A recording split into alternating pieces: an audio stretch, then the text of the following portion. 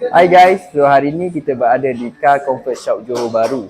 Untuk hari ini kita ada sebuah kereta Toyota Estima yang datang buat full car soundproofing. So untuk video kali ini kita nak buat sedikit kelainan, di mana video kali ini kita akan buat dalam bentuk time-lapse, di mana korang boleh tengok proses awal hingga akhir pemasangan soundproof pada kereta ini. So, let's go!